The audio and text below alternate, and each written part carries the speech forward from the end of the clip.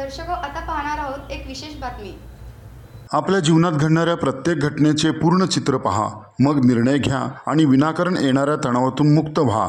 घटनेकडे साक्षीभावाने बघायला शिका, असे आवाहन विचारनेमचे रचनाकार सरश्री यांनी केले.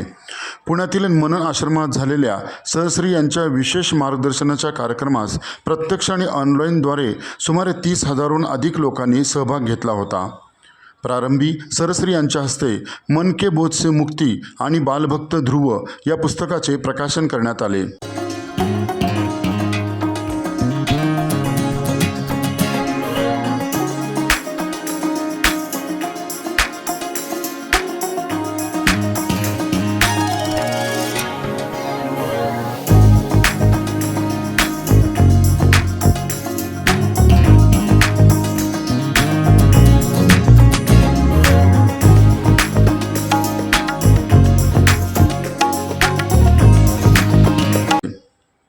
जीवनात येणारी प्रत्येक घटना किंवा समस्या ही केवळ समस्या नसून त्यामध्येच उपाय, फळ, शिकवण, प्रगती, आवाहन दडलेले असते.